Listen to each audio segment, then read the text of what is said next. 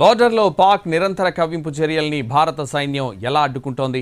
కలుగుల్లో దాక్కున్న ఎలకల్ని ఎలా బయటకు లాగుతోంది? అందుకోసం ఎలాంటి ఆయుధాల్ని వాడుతోంది? ఆపరేషన్ సింధూర్కు కౌంటర్గా సరిహద్దుల్లో పెద్ద ఎత్తున కవ్వింపు చర్యలకు పాల్పడుతోంది పాకిస్తాన్. నిర్విరామంగా శతఘ్నులు భారీ మెషిన్ గన్స్తో కాల్పులు జరుపుతూనే ఉంది. మన సైనికులకు కనిపించకుండా ప్రత్యేకంగా నిర్మించుకున్న బంకర్లలో నక్కి ఈ దాడులు చేస్తోంది పాక్ ఆర్మీ. దీంతో కుక్క కాటుకు చెప్పు దెబ్బ అన్నట్టుగా అసలు ఆ బంకర్లనే కూల్చేస్తోంది ఇండియన్ ఆర్మీ. వాళ్ల భూభాగంలో ఉన్న వాటిని కూల్చేసి వాళ్లకే సవాల్ విసురుతోంది. ఇందుకోసం ప్రత్యేకంగా యాంటీ ట్యాంక్ గైడెడ్ మిసైల్ ని వాడుతోంది మన సైన్యం. ఒక్కసారి దీనిలో ట్యాంక్ లేదా టార్గెట్ ను లాక్ చేస్తే దానంతటా అదే లక్ష్యాన్ని వెంటాడి ఛేదిస్తుంది. దీన్ని భుజం మీద నుంచి లేదా ట్రైపోడ్ వాహనాలపై అమర్చి ఉపయోగించవచ్చు.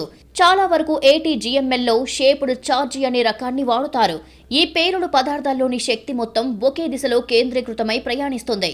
దీంతో టఫ్ ట్యాంకుల్ని సైతం ఛేదించగలుగుతుంది.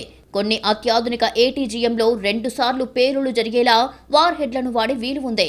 తొలి పేలుడుకు ట్యాంకుకు బయట ఉన్న కవచం ధ్వంసమవుతుంది. తర్వాత మొత్తం నామరూపాలు లేకుండా పోతుంది.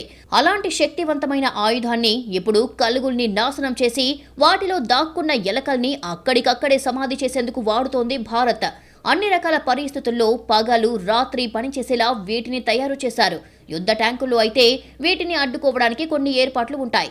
రియాక్టివ్ ఆర్మర్ అనే కవచాన్ని వాడుతారు. దానివల్ల ATGM ట్యాంక్ ని తాకగానే పేలుడు బయటికి జరుగుతుంది. మరికొన్ని దేశాలు ఇంకా అడ్వాన్స్డ్ గా ట్యాంక్లను ఐరన్ మెష్ లాంటి కవచాన్ని వాడి ATGM ట్యాంక్ ని పూర్తిగా తాకకముందే పేలిపోయేలా జాగ్రత్తలు తీసుకుంటున్నాయి. కానీ ఇక్కడ మాత్రం అలాంటి ఏర్పాట్లకు ఛాన్స్ లేదు. పాకిస్తాన్ సైనికులు ఉన్నది బంకర్లలో కాబట్టి టార్గెటెడ్ గా కూల్చివేయగలుగుతున్నారు మన సైనికులు. ప్రపంచవ్యాప్తంగా దాదాపు 130 దేశాలు ఈ ATGMలను వాడుతున్నాయి. ఇక ఆపరేషన్ సింధూర్లో భాగంగా భారత్ కూడా వీటిని ఉపయోగిస్తోంది. ప్రస్తుతం ఇండియా దగ్గర నాగ్, ధృవాస్త్ర వంటివి ఉన్నాయి.